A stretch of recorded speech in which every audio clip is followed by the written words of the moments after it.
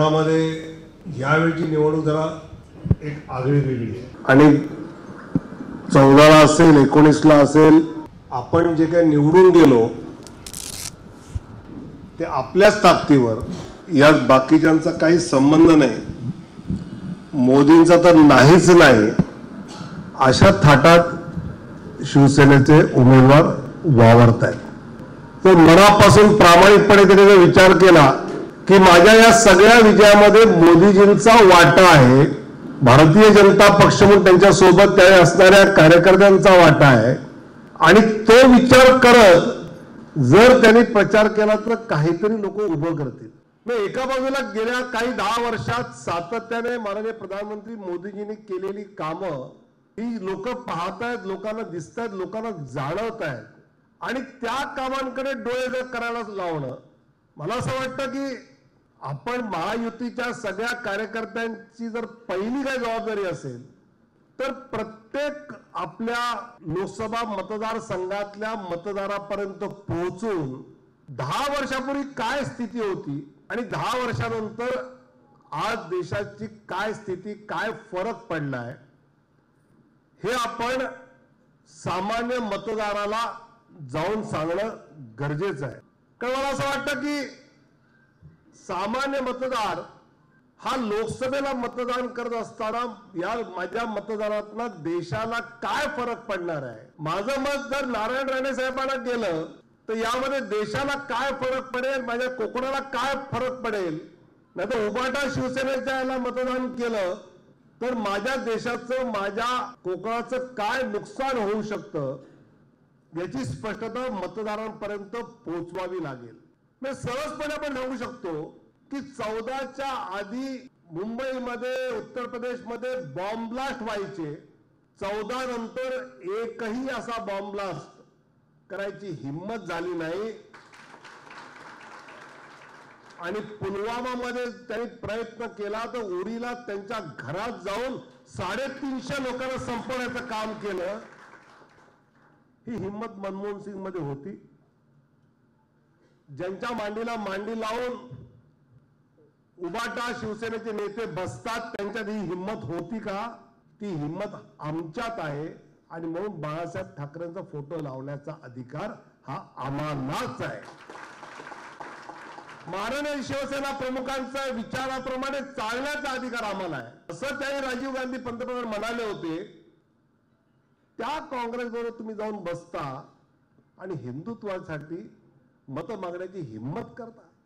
तर मला खरंच प्रश्न पडतो, एखाद्या पक्षावर नाही जमलं आपण वेगळं स्वतंत्र राहायला समजू शकतो, पण आपण स्वतंत्र राहत असताना ज्यांनी आतापर्यंत आपल्या विचाराला, आपल्या माननीय शिवसेना प्रमुखांच्या विचाराला ज्यांनी विरोध केला त्यांच्यावर बसून कसं आपण राजकारण करू शकतो? आणि म्हणून मला असं वाटतं की महाराष्ट्र नवनिर्माण सेनेचे माननीय राजसाहेब ठाकरे यांचं कौतुक केलं पाहिजे की एकही जागा न घेता सुद्धा त्यांनी पाठिंबा दिलेला आहे.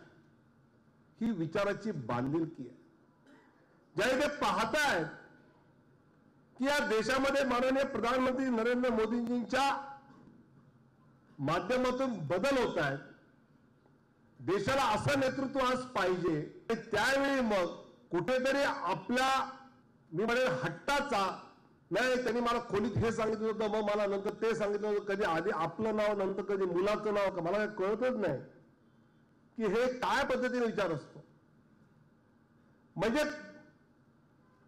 या देशासाठी अमुक 4 गोष्टी करतो म्हणाने केलं नाही आणि म्हणून आम्ही चाललो आहोत, असा विचार कुठेही दिसत नाही. आणि त्यामुळे मला असं वाटतं की आपल्याला मतदारांपर्यंत पोहोचून की काय काय गोष्टी आपल्यापर्यंत मोदीजींनी आणल्या आहेत, माननीय पंतप्रधान नरेंद्र मोदींच्या माध्यमातून देशामध्ये काय बदल घडून दाखवला आहे. ऑलिम्पिक मध्ये जाऊन मेडल मिळवायचं आपलं स्वप्न होतं, आणि आता 2036ला या देशात ऑलिम्पिक भरवण्याचा आपण निर्धार व्यक्त केला, आणि त्या सांगितलं पाहिजे या देशात जर ऑलिम्पिक झालं तर किती ताकद मिळेल हे या सामान्य युवकाला आज सांगण्याची गरज. काँग्रेसच्या जाहिराती येतात आणि त्या जाहिरातीमध्ये मी आपलं शोधतोय कोणाचा आता फोटो दिल्लीत ते काँग्रेसच्या नेत्यांना विचारला, अरे फोटो का नाही टाकत म्हणले, मग काय कमी करायची का म्हणले आम्हाला फोटो टाकून. मग ना राहुलजींचा फोटो, ना सोनियाजींचा फोटो, ना खरगेंचा फोटो, कोणाचाच फोटो नाही. आणि हात बदले का हालात, काय हालात होते, बॉम्बलाशे हालात. काय हालात होते की जगातले सगळे पंतप्रधान भेटल्यानंतर आपले पंतप्रधान कुठेतरी मनमोहन सिंग मागे दिसायचे, आज पहिल्या रांगेत दिसतात. दुसऱ्या देशाचा पंतप्रधान आपल्या पंतप्रधानाच्या पायाला स्पर्श करतो, तो त्यांना मान नाही येतो, या देशाला मान आहे. आपल्या देशाविषयी बाकीचे देश कौतुकाने बोलतात. मला असं वाटतं की हे चित्र जे आहे की हे चित्र आपल्याला लोकांना दाखवलं पाहिजे. आणि ते दाखवत असताना सातत्याने यावेळी मला कार्यकर्त्यांना विनंती एक आग्रहाने करायची आहे. 2019च्या तुलनेने यावेळी उन्हाळा 1 महिना जास्त लवकर आलाय. बिहार आणि युपीत आम्ही तो अनुभवलाय. लू चालला म्हणतात ते तिकडे चालू झालंय. इथे सुद्धा आपण पाहतो इतकं ऊन हे मे मध्ये असायचं, हे आता सुरू झालंय. आणि दुसरं, आपल्या मतदाराला काय वाटतं, येणार तर मोदीच. मग कुठे उन्हाताना बाहेर जाऊन मतदान करता. अबकी बार 400 पार, मग आपण नाही गेलो तर काय फरक पडतो. तर आपल्याला आपल्या मतदारापर्यंत पोहोचून सांगावं लागेल.